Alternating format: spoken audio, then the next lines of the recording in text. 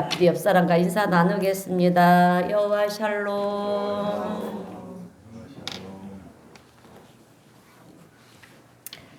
오늘 본문의 말씀은 요셉의 이야기입니다. 요셉은 어린 시절에 아주 신기한 꿈을 꿨습니다. 오늘 본문은 그 꿈이 현실이 되는 장면을 우리에게 소개해주고 있어요. 여러분, 꿈이라는 것은 내가 꾸고 싶다고 해서 꺼지는 것이 아닙니다. 네. 그런데 때론 하나님께서는요, 꿈을 통해서 우리에게 계시의 말씀을 주실 때도 있고요. 또 반면에 사탄도 꿈으로 역사할 때가 있어요. 이 꿈을 통해서 우리에게 어려움을 줄 수도 있습니다. 그래서 꿈에는 여러 종류가 있는데요. 우리가 잘 아는 심리학자 프로이드는 꿈에 대해서 이런 얘기를 했어요. 우리 인간의 욕망의 분출, 그러니까 내가 너무 간절히 소망하는 것이 꿈으로 구현이 되고 나타날 때가 있다라고 하는 거예요. 내가 바라게 되면 그것이 꿈속에서 영감이 돼서 나타나는 것이 꿈이다, 이렇게 얘기를 했습니다. 그러나 사탄은요, 여러분, 이 꿈을 통해서 우리에게 의심을 들게 만들고 또 두렵게도 하게 만들고요, 넘어지게도 만들고 또 꿈을 통해서 그렇게 역사할 때가 있어요. 반면에 우리 하나님께서도 믿는 사람들에게 꿈을 주십니다. 그래서 우리가 꿈이라고 하는 것을 그냥 다 소홀히 여길 것이 아니고요, 어떤 범상치 않은 꿈을 꿨을 때는 이 꿈이 어디로부터 온 것인가, 나로부터 온 것인가, 아니면 마귀로부터 온 것인가, 그래도 아니면 하나님께로부터 하나님이 주시는 꿈인지, 이것을 우리가 분별할 필요가 있다라고 하는 거예요. 오늘 요셉의 경우에는 하나님께서 필요해서 요셉에게 꿈을 주셨어요. 그리고 그 꿈이 현실이 되는 것을 이제 요셉이 보는 거예요. 과거를 회상하는 그런 모습이 오늘 본문에 이제 자기가 꿈이 현실로 이루어지는 것을 보면서 자기 과거를 회상하는 그런 모습이 오늘 본문의 말씀인 것입니다. 그래서 오늘 우리는 요셉의 꿈과 관련한 그 꿈이 요셉과 어떤 연관성이 있는지, 요셉의 인생을 우리가 한번 생각해 볼 필요가 있어요. 여러분, 요셉은 어린 시절에 어느 날 아주 기분 좋은 꿈을 꿨어요. 어떤 꿈이냐면 형들의 곡식단이 내 곡식단에게 절을 하는 거예요. 그리고 또 꿈을 꾸는데 해와 달과 11별이, 여러분, 요셉에게 11명의 형제들이 있지 않습니까? 요셉의 위로는 10명의 형이 있고 아래는 1명의 동생이 있어요. 그래서 해와 달과 11별이 자기를 향해서 절을 하는 그런 꿈을 꾼 것입니다. 그런 꿈을 꾼 어린 요셉은 여러분 얼마나 신이 났겠습니까? 여러분, 우리도 그런 꿈을 꾸면 그죠? 기분이 좋지 않을까요? 기분이 좋습니다. 그래서 이제 이 요셉은요, 내가 비록 11번째 아들이지만 형들이 다 나한테 절을 하니까 이제 나는 형들보다 잘 될 거야, 이렇게 막 신이 난 거예요. 잘 될 거야, 이 생각을 하니까 기분이 너무 좋은 것입니다. 그런데 여러분, 그 결과를 보면 어떻습니까? 그렇게 됐습니까? 됐긴 됐죠. 근데 시간이 많이 흐른 후에 그렇게 됐어요. 그런데 기분이 별로 좋지가 않은 거예요. 믿었던 형들로부터 어떻게 됐습니까? 요셉은 미디안 상인들에게 그렇게 팔려갔고요. 또 팔려갔습니다. 이때 요셉이 팔려가면서 여러분 무슨 생각을 했을 것 같습니까? 아마 많은 생각을 했겠죠. 너무도 좋은 꿈을 꾼 요셉은 신이 나서 기분이 좋아서 아무 생각 없이 말을 조심해야 되는데 함부로 형들한테 그 얘기를 했으니 그 일들을 얼마나 후회를 했겠어요. 생각해 보세요. 내 동생이 어떤 꿈을 꿨어요. 이런 꿈, 요셉과 같은 꿈에서 꾼 거예요. 형들이 나한테 절을 하는 꿈을 내가 꿨어. 나한테 절을 하더라고. 그러면 기분 좋아요, 여러분? 안 좋잖아요. 그러니까 형들한테, 가뜩이나 요셉이 어떤 동생이었습니까? 아버지한테 가장 사랑을 받던 동생이었어요. 그런데 가뜩이나 미운데 세상에 꿈을 꾸면 지 혼자만 알 것이지, 분별을 좀 해야 되는데 그걸 또 형들한테 다 얘기하는 거예요. 그러니까 말 조심을 못한 거죠. 함부로 말을 한 거예요. 함부로 형들한테 얘기했던 그 일들을 너무 후회를 하는 거죠. 사기꾼, 이렇게 자기가 꾼 그렇게 끈처럼 되지 않고 형들이 자기에게 절을 하기는커녕 자기를 미워하고 자기를 팔아버렸으니 내가 꿨던 꿈은 속된 말로 개꿈이었구나. 그죠? 그런 생각을 하지 않았겠습니까? 또한 노예를 팔려가가지고요. 노예 생활을 하면서 또 무슨 생각을 했겠습니까? 내가 꾼 꿈은 허황된 꿈이었구나. 예. 꿈이라는 것은 절대로 믿을 게 못 되는구나. 예. 그리고 꿈은 끈 대로 되는 것이 아니라 정반대구나. 아마도 이런 생각을 하지 않았겠습니까? 그래서 이렇게 허황된 꿈이라고 생각을 했을 것입니다. 또 억울하게 누명을 쓰고 감옥에 가서 갇혀 있을 때는 어땠을까요? 자신이 꿨던 꿈 같은 것은 더 이상 아마 생각하고 싶지도 않았을 거예요. 어떤 면에서는 자신의 기억 속에서 지워버리고 말았을지도 모릅니다. 그런데 그런 고난과 역경의 세월이 지나고요. 어떻게 하다 보니까 우리가 아는 대로 애굽의 총리가 되어 있지 않습니까? 그리고 7년 동안 풍년이 왔어요. 그리고 7년 후에 대흉년이 찾아왔습니다. 그런데 7년의 대흉년이 왔을 때 애굽만 흉년이 온 것이 아니에요. 자기의 고향, 요셉의 고향인 가나안 땅에도 여러분 대흉년이 찾아온 거예요. 그래서 가나안 땅에 살던 이제 요셉의 형들이 흉년이 왔으니 먹을 것이 없지 않습니까? 곡식을 얻기 위해서 애굽에 가면 곡식을 살 수가 있다는 그 소식을 듣고 이제 그 곡식을 얻으려고 애굽으로 그 형들이 오게 되었어요. 그래가지고 요셉을 이제 만나게 되는 것입니다. 애굽의 총리가 된 요셉을 만나게 되는데 요셉은 한눈에 자기 형들인 것을 알아보았어요. 그리고 형들이 자기 앞에 와가지고 무릎을 꿇는 것입니다. 여러분 그 말씀이 오늘 본문 6절의 말씀이에요. 우리 다시 한번 우리 본문 6절 말씀을 다 함께 읽어보겠습니다. 시작. 그의 총리로서 요셉의 형들이 와서 그 앞에 상에 엎드려 절하매. 아멘. 오랜 전에 옛날에 요셉이 꿈꿨던 형들의 곡식단이 어떻게 했죠? 내 곡식단에게 절을 하고 해와다가 11별이 나에게 절하는 것을 오랜만에 만난 이 형들은 그 형들은요 애굽의 총리가 자기네들의 동생인지를 모르는 거, 요셉인지를 모르는 거예요. 동생인 줄도 모르고 요셉 앞에서 이제 절절절 매면서 절을 하고 있는 형들의 모습을 보면서 요셉은 뭐가 떠오르냐 하면 그 옛날에 자기가 꿈꿨던 것이 꿈꿨던 꿈이 이제 생각이 나는 거예요. 그래서 9절에서 요셉이 그들에게 대하여 꾼 꿈을 생각하고 이렇게 말씀하고 있어요. 자기가 꾼 꿈이 생각이 났다라고 하는 거죠. 자, 그리고 내 꿈이 허황된 꿈이 아니었구나. 이렇게 되는 것을 하나님은 이미 나에게 보여주셨던 것이었구나. 이제 이것을 요셉은 깨닫게 되는 것입니다. 그리고 나중에 얼마 지나지 않아서 형들은 애굽의 총리가 자신들이 팔았던 요셉이라는 것을 알게 되면서 그때 그들이 얼마나 두려워 떨었겠습니까? 이제 우리는 꼼짝 못하는 그런 처지가 되었으니 이제 요셉이 우리에게 보복을 하면 우리는 당할 수밖에 없는 그런 상황이구나. 이렇게 생각을 하는 거예요. 그런데 그 순간에 창세기 45장 5절과 8절 말씀을 보게 되면 요셉이 형들을 만나서 하는 얘기가 나오는데요. 두려워서 떠는 형들에게 이렇게 얘기를 하는 거예요. 본문 창세기 45장 5절 말씀, 우리 말씀 뒤에 있는 말씀 우리 다 함께 읽어보겠습니다. 시작. 당신들이 나를 이곳에 팔았다고 해서 근심하지 마소서, 한탄하지 마소서. 하나님이 생명을 구원하시려고 나를 당신보다 먼저 보내셨나이다. 아멘. 자, 그러면서 창세기 45장 8절에서는 또 이렇게 얘기를 하는 거예요.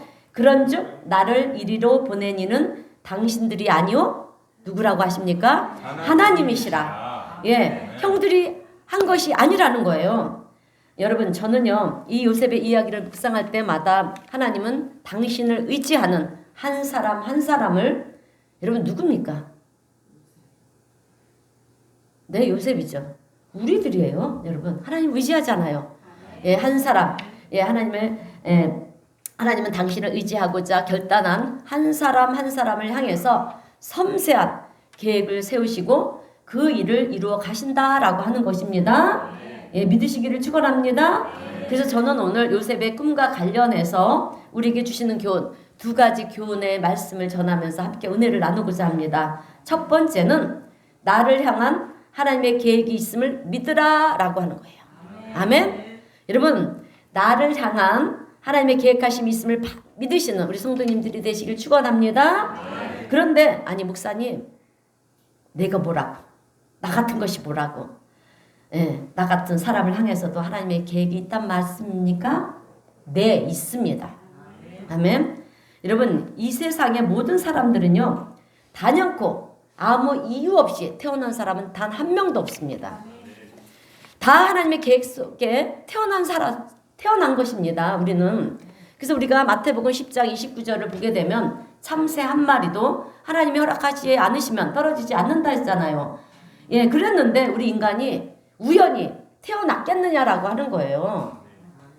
하나님의 계획 속에 태어난다라고 하는 것입니다. 그런데 우리는 여기서 이런 질문을 할 수가 있어요.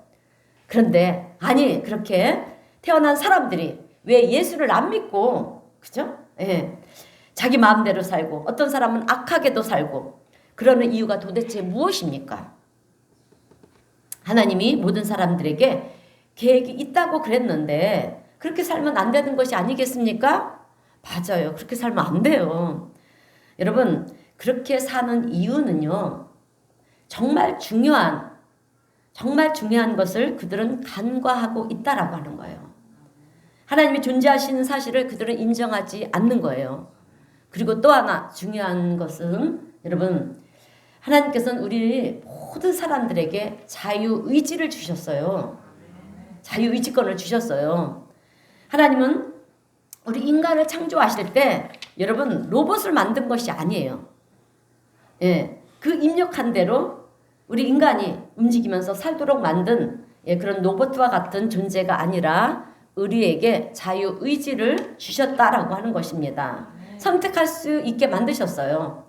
그런데 세상 많은 사람들은 하나님이 주신 그 자유의지를 가지고 하나님을 선택하는 것이 아니라 자기의 생각대로 세상적인 그런 육신의 쾌락과 정욕과 또 어떤 세상적인 즐거움과 세상 명예 이런 것을 선택하며 살기 때문에 하나님의 말씀, 하나님의 계획하심을 무시하고 산다라고 하는 것입니다. 그렇다고 하나님의 계획이 그런 사람들에게 없느냐? 아니에요. 있습니다. 예, 계획이 있지만 우리는 자유의지를 가지고 나를 사랑하시고 나를 신뢰하시는 그 하나님의 말씀을 따라 사는 것이 아니라 그냥 내 소견대로 내가 옳다라고 그렇게 생각하는 것을 따르며 나는 살겠습니다. 그리고 그 길을 선택하고 살아가고 있다라고 하는 거예요. 그래서 어떻게 보면 하나님께서요 우리에게 이 자유의지를 주셨다라고 하는 것은 너무나도 정말이지 하나님이 우리를 완벽하게 만드셨다라고 하는 것입니다. 그렇게 볼 수가 있어요. 그래서 그 자유의지를 가지고 우리가 하나님을 인정하고요. 또 하나님의 뜻을 찾으려고 하면 찾아지는데 여러분 찾아집니다. 구하라. 그러면 주실 것이라고 했잖아요.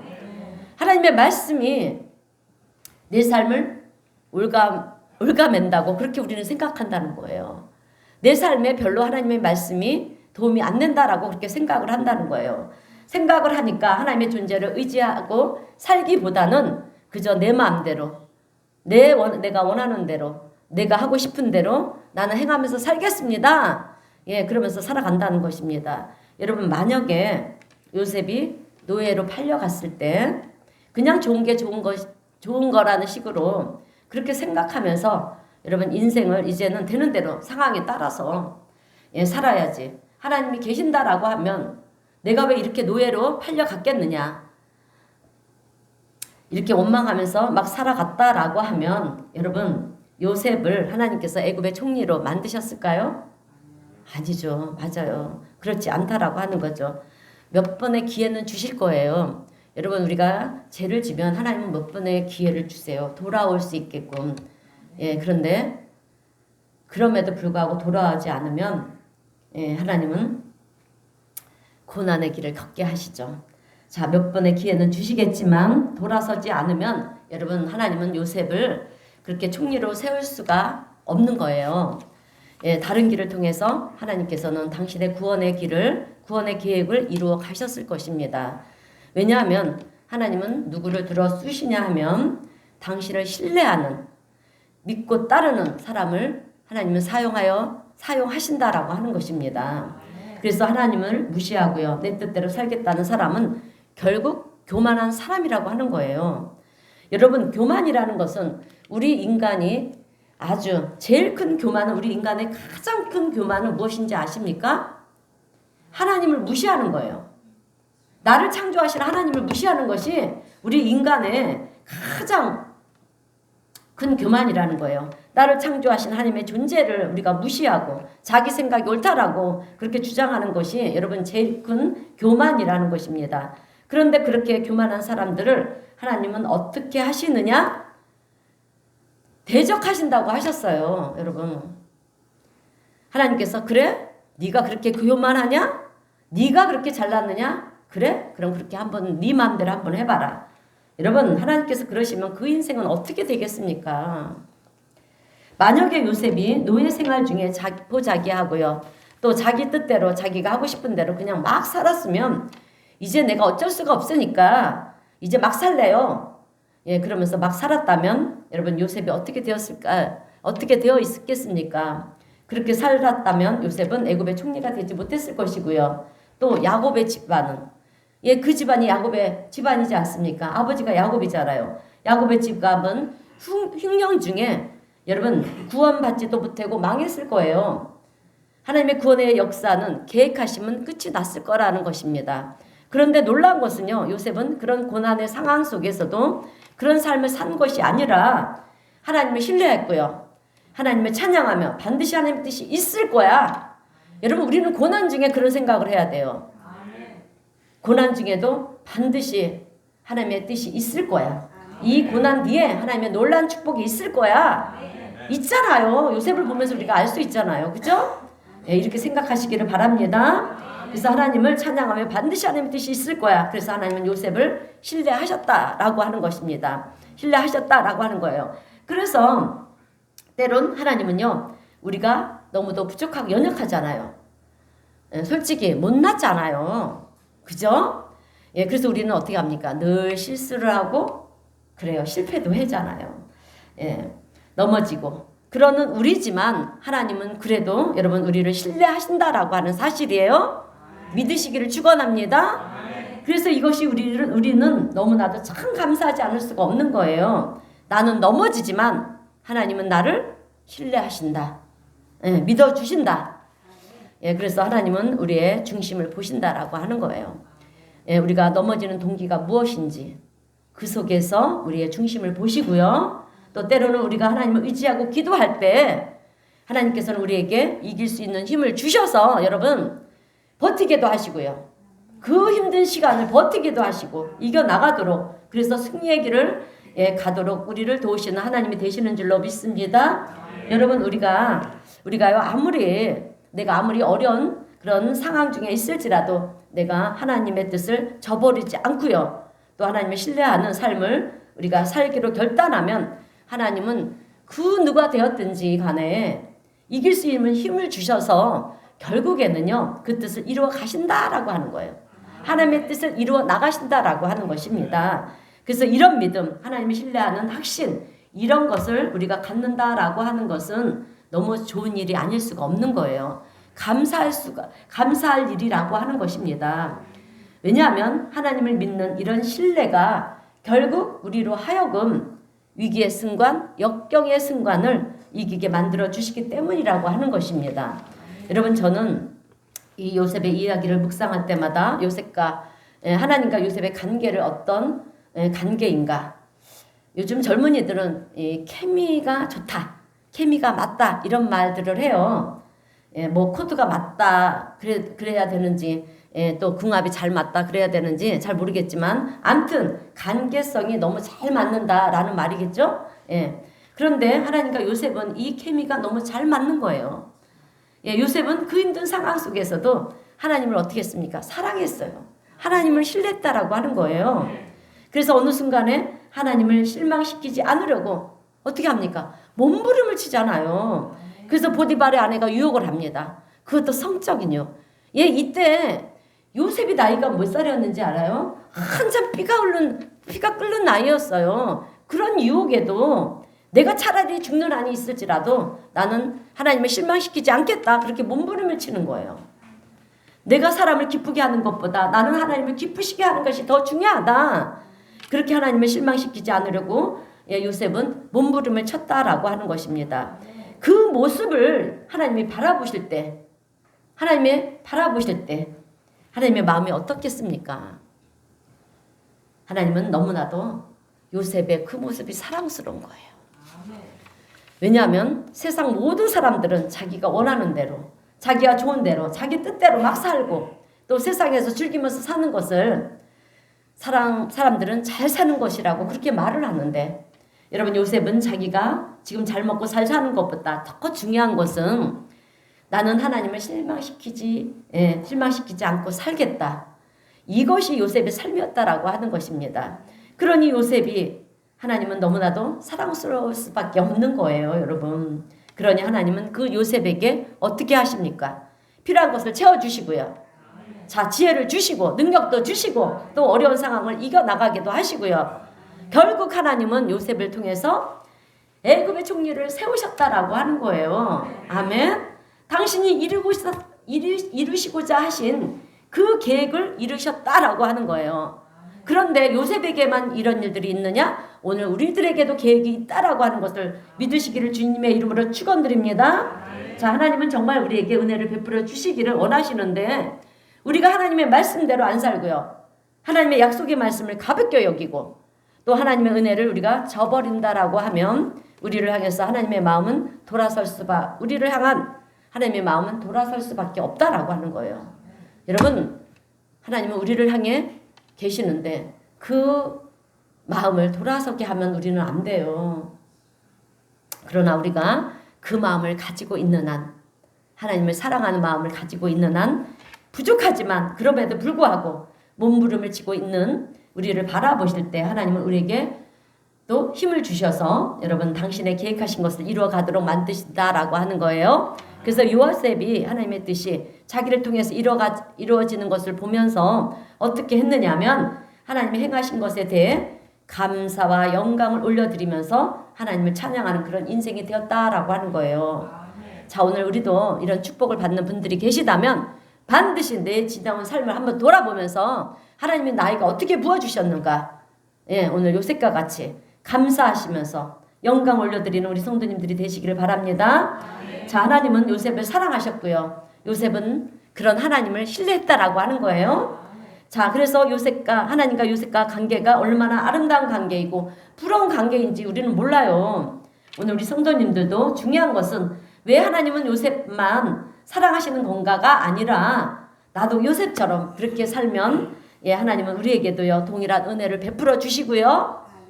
또 우리를 통해서 크고도 놀라운 일들을 이루어 가시는 하나님이 되시는 줄로 믿습니다. 그러므로 오늘 우리도 요셉처럼 이렇게 하나님의 관계에 있어서 사랑과 신뢰의 관계를 맺을 수 있는 우리 성도님 모두가 되시기를 주님의 이름으로 축원드립니다. 자, 두 번째로, 그래서 우리는 모든 것을 아무 원망 없이 받아들여야 한다라고 하는 거예요. 모든 일은 미를 원망 없이 감사함으로 받는 우리 성도님들이 되시길 주님의 이름으로 축원드립니다. 자, 여러분, 삶이라고 하는 것은, 우리의 삶이라고 하는 것은 하나님이 인도하시는 삶이에요. 하나님이 인도하시는 삶인 줄로 믿습니다. 이것을 내가 여러분 확신한다고 그러면 오늘 우리가 무엇을 두려워하고 무엇을 염려하고 무엇을 원망하겠느냐라고 하는 거예요. 자, 두려워하고 원망하는 일은 없다라고 하는 것입니다. 왜? 하나님의 뜻은 나를 통해서 반드시 이루어지기 때문에. 자, 그런데 우리가 하나님을 원망할 수 있는 상황은 딱 하나 있어요. 어떤 상황이냐면 하나님께서 나를 배신하거나 나를 버리신 상황, 그런 상황에서는 우리가 하나님을 원망할 수가 있어요. 그런데 성경 그 어느 곳에서도 여러분 하나님이 우리를 버리신다라고 말씀하시지 않으셨어요. 너희 부모는 너희를 버릴지라도, 너의 어미는 너를 버릴지라도 나는 결코 너희를 잊지 않겠다. 자, 이사야 49장 15절에서 말씀하고 있어요. 여러분, 하나님은 우리를 버리시는 일은 절대 없습니다. 아멘. 오히려 우리가 하나님을 버린다라고 하는 거예요. 하나님을 버리고 세상 제약의 자리에서 우리가 내 마음대로 살다가, 여러분, 그 자리가 어떤 자리입니까? 세상 자리가 어떤 자리입니까? 멸망의 자리예요. 멸망의 자리에서 지진이 일어나면 어떻게 됩니까? 무너지잖아요. 예, 무너질 수밖에 없는 자리인데 그 자리에서 어려움을 당하고 문제가 생기면, 예, 하나님 왜 나를 이런 곳으로 가게 하셨습니까? 하나님이 가게 하신 것처럼 그렇게 우리는 얘기를 한다는 거예요. 하나님께서 그런 곳으로 인도하신 것이 아는데, 우리 스스로가 좋아서 간 자리인데, 그 자리가 좋다고 찾아갔는데, 자유의지를 가지고 내가 간 것인데 하나님이 가게 한 것처럼 그렇게 우리는 하나님을 원망한다라고 하는 것입니다. 여러분, 하나님은 우리를 제약의 자리로 인도하시지 않으셨어요. 내가 그 자리가 좋아서 간 것입니다. 그래서 디모데전서 4장 4절의 말씀을 보면 이렇게 얘기를 합니다. 하나님께서 지으신 모든 것이 선함에 감사함으로 받으면 버릴 것이 없느니라. 감사함으로 받으면 버릴 것이 없다라는 거예요. 예, 여러분, 요셉의 인생을 돌아보면 원망해야 될 사람들이 얼마나 많은지 몰라요. 너무 많습니다. 형들이 얼마나 미웠겠습니까? 예, 우리가 입장을 바꿔놓고 한번 생각해 보세요. 내가 좀 말을 밉게 했다라고 해서 피를 나는 내 형제가 나를 팔아버린다면, 그죠? 얼마나 화가 나고 밉겠습니까? 가슴에 응어리가 질 것입니다. 평생 원수도 그런 원수가 없어요. 용서할 수가 없습니다. 그죠? 예. 그리고 노예를 팔려가서 보디발의 집에 잘 되라고 내가, 예, 그렇게 열심히 충성을 다하고 헌신을 했는데, 보디발의, 예, 그 신의를 지키기 위해서, 그죠? 예, 당신의 아내가 유혹을 하는데도 넘어가지 않았는데, 이 보디발은 어떻게 했습니까? 예, 그렇게 신임을 얻기 위해서 충성했던, 그죠? 요셉의 말은 듣지 않고 아내 말만 듣고요, 감옥에 가둬버렸잖아요. 감옥에 보내지 않았습니까? 그러니 언니 얼마나 이 보디발이 미웠겠습니까? 또 보디발의 아내는 어떻겠습니까? 내 인생을 마친 사람이잖아요. 그죠? 예. 그러니 절천지 원수인 거예요. 매일매일 일을 갈면서 분노해야 될 사람인 것입니다. 또 감옥에서 만난 술 맡은 간원장은 또 어떻습니까?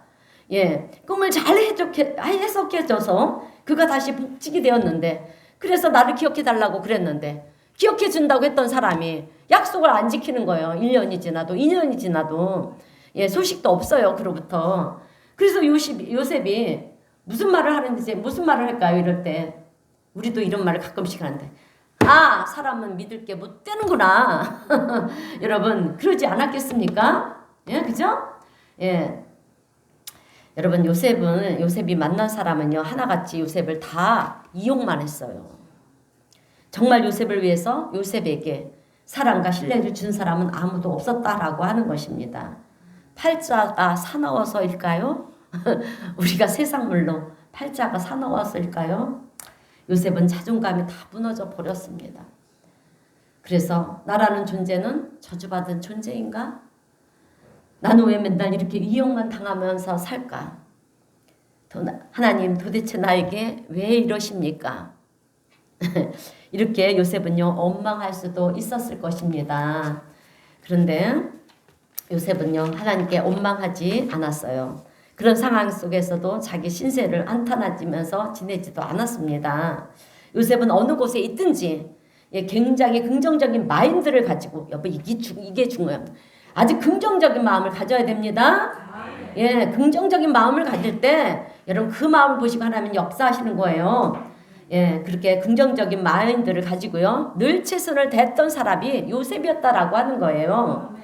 여러분, 어떻게 이럴 수가 있느냐라고 하는 거예요. 여러분, 요셉은 하나님과 함께하는 그 자체가 그에게 있어서, 예, 기쁨이었기 때문에 그랬다라고 하는 것입니다.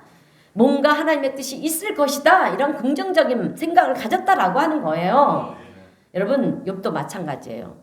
예, 성경에 나온 욥도 고난을 당할 때 사람들이 네가 죄를 지어서 그렇지, 그렇게 막 비관할 때 욥이 뭐라고 고백을 하는지 알아요? 우리 욥기서 23장 10절 말씀 우리 다 함께 한번 읽어보겠습니다. 시작. 내가 가는 길을 그가 아시나니 그가 나를 단련하신 후에는 내가 같이 되어 나오리라. 아멘. 여러분 지금 욥은 이런 얘기를 하는 거예요. 지금의 나의 고난은 하나님의 훈련의 가정이다. 훈련의 가정으로 나는 바라보고 있다. 이런 얘기를 하는 거예요. 어려운 상황 속에 있다 해서 하나님 나에게 왜 이러십니까? 그러지 않았다는 것이죠. 여러분 성경에 나오는 믿음의 사람들은요 항상 위기 중에 있을 때라도 자기의 믿음의 진가가 여러분 발휘하는 것을 우리가 볼 수가 있어요. 예, 우리는 좋은 상황 속에 있을 때는 하나님, 내가 하나님을 사랑합니다. 이럽니다. 저럽니다. 이렇게 얘기를 해요. 얘기를 하지만 위기 속에 있을 때는 우리가 어떻게 합니까? 하나님을 원망한다는 거예요. 그런데 진짜 믿음의 사람들은요. 위기 중에 더욱더 하나님을 신뢰하고요. 하나님을 의지하고 하나님을 찬양한다라고 하는 거예요. 여러분 하나님은 때로는 우리를 훈련장으로 고난의 장으로 집어넣을 때가 있어요. 왜냐하면 왜 그러시냐 하면 그것을 통해서 고난을 통해서 우리가 우리 자신의 연약함을 보게 하시고요. 고난을 통해서 우리가 얼마나 연약한 존재인지를 보게 하시는 거예요. 또 나를 사랑하시고 인도하시는 하나님을 우리가 보게 하기 위해서라고 하는 것입니다. 아멘. 믿으시기를 바랍니다. 그래서 우리가 고난을 통해서 우리가요 낙심하고 좌절할 필요가 없어요. 고난 뒤에는 반드시 하나님의 축복이 있다는 거예요. 그래서 현재 고난은 장차 나타날 영광과 비교할 수 없다고 말씀하잖아요. 그래서 고난 속에서 우리가 두려워하고 낙심하고 실망할 필요가 없어요. 그 고난을 긍정적인 믿음으로 긍정적인 마음으로 이겨나가면 반드시 하나님은 그 고난 뒤에 하나님의 놀라운 축복이 기다리고 있는 줄로 믿습니다. 자, 그래서요 요셉은 애굽의 총리의 자리까지 가지 않았습니까? 그런데 요셉이 그 애굽의 총리 자리에서 여러분 자기의 일생을 이제 돌아보는 거예요. 돌아보면서 무엇을 생각했냐면 우리 형들이 나를 미디안 상인들에게 팔지 않았더라면 내가 지금 애굽의 총리가 되어 있을까? 되어 있겠습니까? 아니죠. 될 수가 없는 거예요. 그렇게 미워하던 보디발의 아내가 나를 유혹하지 않았더라면 나는 무엇을 하면 살아가고 있었을까? 어떻게 되었겠습니까? 그렇죠. 평생 칭찬받은 노예로 살았을 거예요. 보디발 집에서. 그죠? 그래서 요셉은 인생 전체를 놓고 돌아볼 때 자기가 애굽의 총리가 여러분 되는 데 있어서 제일 큰 공을 세운 두 사람을 뽑는다라고 하면 첫 번째는 형들이고요. 두 번째는 보디발의 아내였다라고 하는 거예요. 예. 그들이 고마울 수가 없는 거예요, 여러분. 왜? 하나님께서 하신 것이기 때문에. 그들이 하는 것이 아니라 하나님께서 나를 축복의 자리로 세우시려면 그 가정들이 필요했던 거예요, 여러분. 오늘 우리에게도 이런 가정이 있어야 된다라고 하는 거예요. 이 고난의 시간들이 있어야 된다라고 하는 거예요. 믿으시기를 바랍니다. 자, 그래서 요셉이 형들에게 뭐라고 그럽니까? 형님들 걱정하지 마세요. 형님들이 나를 이곳에 보낸 것이 아니고 하나님의 계획 속에 있었던 일입니다. 걱정하지 말라고 그러잖아요. 그죠? 예, 오늘 우리도 살다 보면 여러분 미운 사람들이 참 많이 있어요. 우리 주변에는. 그죠? 있어요? 없어요? 예, 있어요. 여러분들 주변에는 요셉의 형들과 같은 그런 사람들이 있을지도 모르겠어요. 그죠? 또 주변에 그래서 가족들이 만나면 늘 싸우고 아주 원수가 따로 없어요. 그런 가족들이 있습니다. 또 주변에는 보디발 같은 자기에게 충성을 했는데 예, 그것을 인정해주지도 못하고 받아들이지 못하는 그 보디발 같은 사람도 있고요. 또 내 인생을 망치려고 하는 보디발의 아내와 같은 그런 사람도 있고 술 맡은 간원장과 같은 사람 도와주겠다고 그렇게 약속을 해놓고 예, 그 약속을 잊어버리는 사람도 있습니다. 그죠? 예, 여러 사람들이 있어요. 여러분 주변에 있는 사람들을 한번 떠올려 보세요. 그 사람들이 어떤 사람들이 되었든 여러분 원망하지 마시기를 바랍니다. 원망할 필요가 없어요. 왜 원망할 필요가 없느냐 하면 여러분 우리 인생은 하나님이 붙들고 계시기 때문에 그래요. 아멘. 예, 우리는 우리의 인생을 붙들고 계십니다. 그리고 그 하나님이 모든 것을 선을 이루신다라고 하는 거예요. 그분이 내 주변에 있는 것도 어떻게 그런 분들이 내 주변에 있는 것도 어떻게 보면 하나님의 계획하심 속에 한 부분일 수도 있기 때문이라는 거예요. 자, 여러분 이스라엘에 가면 목자들이 양을 돌봐요. 그런데 그 양들이 어느 날 이렇게 길을 가고 있는데 아주 좋은 목초지가 나오는 거예요. 내가 먹고 싶었던 아주 싱싱한 풀들이 많이 있는 것입니다. 그래서 그 싱싱한 풀을 막 뜯어 먹었어요. 그리고 뜯어 먹고 나니까 아주 목이 막 갈증이 나는 거예요. 그래서 옆을 보니까 맑은 시냇물이 있어요. 그래서 거기 가서 물도 마셨습니다. 예, 그리고 나서 양이 뭐라 그러느냐면, 야, 내 삶은 정말 축복받은 삶이야. 예, 어떻게 나는 하는 일마다 이렇게 잘 돼? 내게는 부족함이 없어. 이렇게 얘기를 하는 거예요. 그런데 여러분 그것이 여러분 양들이 노력과 열심 때문이라고 생각하십니까? 아니에요. 거기까지 인도해준 목자가 있기 때문이라는 거예요. 아멘. 자, 목자가 양들을 거기까지 인도해 왔기 때문에 푸른 초장으로 간 것이고요. 또 쉴만한 물가로 간 것이고 부족함이 없게 만들어 주었다라고 하는 거예요. 양들은 인식하지 못할지는 모르지만 그 양이 인식하든 안 하든 목자는 그 양떼들을 좋은 목초지로 안내를 여러분 해가지고 좋은 풀을 먹도록 만들었기 때문이라는 것입니다. 여러분 다윗은 목동 출신이잖아요. 예, 그래서 양떼들을 늘 푸른 초장으로 쉴만한 물가로 인도하면서 풀을 뜯어먹게 했고요. 만들고 물을 마시게도 했어요. 그런데 자신의 삶을 돌아보니까 자신이 양 같고 예, 하나님이 목자 같은 것을 알게 되는 거예요. 그래서 인생이라고 하는 것이 여러분 자, 양떼들이 자기네 마음대로 살겠다고 그러면 그 양들의 결과가 어떻게 되겠습니까? 어떻게 되겠습니까?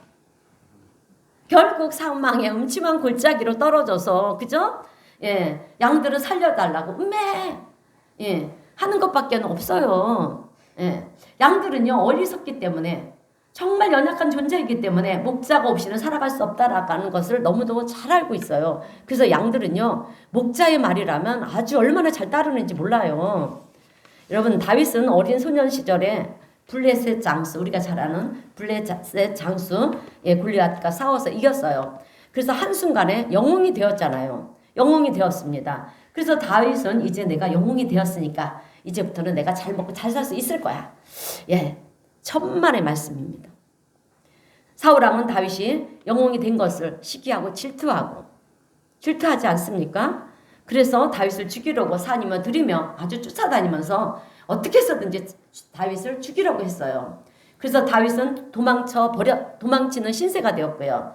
그렇게 피할 수밖에 없는 그런 삶이 되었습니다. 그러면서 어떨 때는요 자기가 살기 위해서 어떻게 합니까? 미친 척도 하지 않아요. 예, 미친 척도 한 적도 있어요. 다윗의 인생은 참 고달팠습니다. 그런데 다윗이 가만히 생각해 보니까 사울왕은 자기에게 어떤 사람입니까? 오히려 고마워해야 되는 사람이에요. 그죠? 블레셋 장수를 이겼고요. 블레셋을 전쟁에서 승리하게 했잖아요. 그러니 자기를 고마워해야 되는데 오히려 자기를 원수로 삼고 죽이려고 하니까 너무 화가 나고 미운 거예요. 그런데 어느 날 드디어 여러분 다윗에게 기회가 왔어요. 예, 사울왕을 죽일 수 있는 그런 기회가 온 것입니다. 그래서 다윗의 부하들은 지금이 기회입니다. 하나님이 주신 기회입니다. 지금 당장 죽입시다. 그러는데 다윗은요 그럴 수 없다. 그러면서 사울왕의 옷자락만 이렇게 살짝 베가지고 사울왕이시여 왜 자꾸 나를 죽이려고 하십니까? 나는 당신을 죽일 수도 있었지만 이렇게 그렇게 옷자락만 베었습니다. 그런데 다윗은요 사울왕의 그 옷자락만 벤 것만으로도 마음이 아파하는 거예요. 왠지 아십니까? 하나님이 기름 부으신 종인데 어떻게 내가 그 왕의 옷자락을 벨 수가 있는가? 그러면서 너무도 죄송해하고 송구스러워하는 것입니다. 그런데 결국 어떻게 되느냐 하면 다윗이 왕이 되잖아요. 자, 왕이 되고 나서 보니까 자기가 왕이 됐습니까? 왕이 되려고 해서 왕이 된 것이 아니잖아요. 자기가 고난 속에서도 함께 하셨던 하나님이 결국 내 삶을 인도해서 나를 왕이 되게 하셨다라고 하는 거예요. 그래서 다윗은 자기가 어린 시절 목동이었을 때를 생각해 보니까 목자와 양의 관계와 똑같더라는 것입니다. 그래서 시편 23편에서 다윗은 노래하기를 여호와는 나의 목자시니 내게 부족함이 없으리로다. 예, 목자와 함께하면 부족함이 없다라고 그렇게 고백을 하잖아요, 여러분. 왜? 목자가 다 인도하니까. 그래서 오늘 우리 성도님들도 우리 앞에 어떤 일이 있든지 다윗을 봐도 그렇고요, 욥을 봐도 그렇고요, 또 요셉을 봐도 그렇고 원망하지 마시고요, 감사함으로 받아주시기를 축원드립니다. 왜? 아까도 얘기했잖아요. 디모데전서 4장 4장에서 감사함으로 받으면 어떻게 된다? 버릴 것이 하나도 없다. 이렇게 주님이 말씀하셨어요. 자, 여러분, 제가요 이렇게 목회를 하면서 돌아볼 때 자기의 삶을 비관하고요 원망하는 사람들은 세상에서 제일 어리석은 사람이에요. 제일 바보 같은 사람이에요. 예, 왜 그런지 아십니까? 내 앞에 놓여 있는 시간이 얼마나 귀한 시간입니까? 그죠? 예, 오늘도 귀하고요, 지금 이 시간도 귀하고요, 내일도 귀해요, 여러분. 내 앞에 펼쳐져 있는, 남아있는 이 무한한 가능성의 시간이 얼마나 우리에게는 귀한 시간인지 몰라요. 그런데 과거를 생각하면서 누구를 원망하고 불평하고 비난하고 미워하고 가슴을 치면서 내 팔자야 하는 분들은 여러분, 나에게 주어져 있는 미래를 다 망치고 있는 사람이기 때문에 어리석은 사람이라고 하는 것입니다. 과거에 매여서 나의 현재와 미래를 망치는 거예요. 누군가에 매서 그 사람은 지금 나를 기억하지 않고 있어요. 그런데 그 사람에게 매여서 현재와 미래를 다 망쳐버리고 있다라고 하는 것입니다. 그래서 결국 그 인생을 망쳐버리는 사람이 누구냐? 그 사람이 아니에요. 과거가 아니에요. 나라는 사실을 기억해야 됩니다, 여러분. 그러니 누구를 원망하고 비난하고 그러지 마시기를 바랍니다. 예수님의 피로 다 씻어버리세요. 과거의 밀은 다 예수님의 피로 다 치워버리세요. 여러분, 과거가 무슨 소용이 있습니까? 현재와 미래가 중요한 거예요, 우리의 삶에는. 예, 그리고 지금 나에게 주어져 있는 이 시간을 여러분, 우리가 열심히 감사하며 찬송하며 하나님과 동행할 때 우리 앞에 놓여 있는 그 무한한 그 가능성들, 그 무한한 축복의 일들이 여러분 나에게도 부어진다, 쏟아진다, 이 사실을 잊지 않는 우리 성도님들이 되시기를 주님의 이름으로 축원드립니다. 자, 여러분, 나의 목자가 되신 하나님은요 요셉을 인도하신 것처럼, 그리고 욥을 인도하신 것처럼, 그리고 다윗을 인도하신 것처럼, 그리고 아브라함을 인도하신 것처럼 오늘 우리도 인도하시는 줄 믿습니다. 그러므로 오늘 우리 성도님들은요 어떤 상황 가운데 있다 할지라도 낙심하지 마시고요 원망하지 마시기를 바랍니다. 매일매일 우리가 감사함으로, 또 하나님과 동행함으로, 또 하나님이 주시는 평안과 기쁨의 삶을 날마다 살아가시는 복된 우리 성도님 모두가 되시기를 주님의 이름으로 축원드립니다. 네, 기도하겠습니다.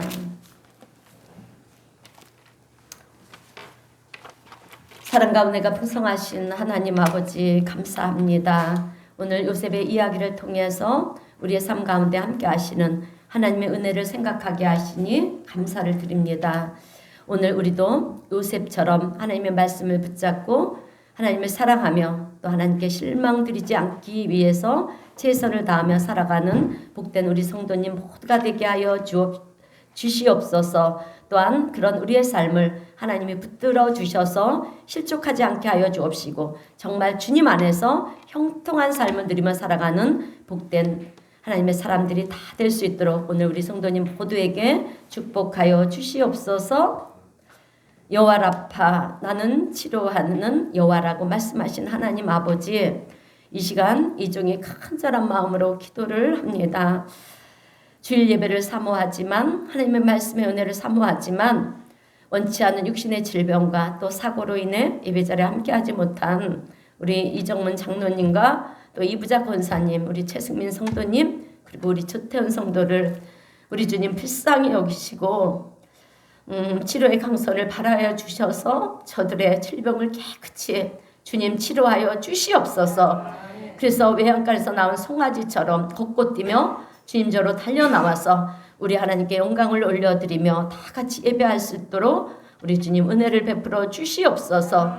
그 외에도 우리 강대영 집사님과 이정님 집사님에게도 크신 은혜와 은총을 베풀어 주셔서 무너진 모든 것들을 다시 회복시켜 주시고 속히 이 성전에 모여서 우리 하나님을 찬양하며 예배하며 나를 치료하여 주시고 나를 회복시켜 주신 우리 주님을 간증하고 증거하는 우리 성도님 모두가 되게 하여 주시옵소서.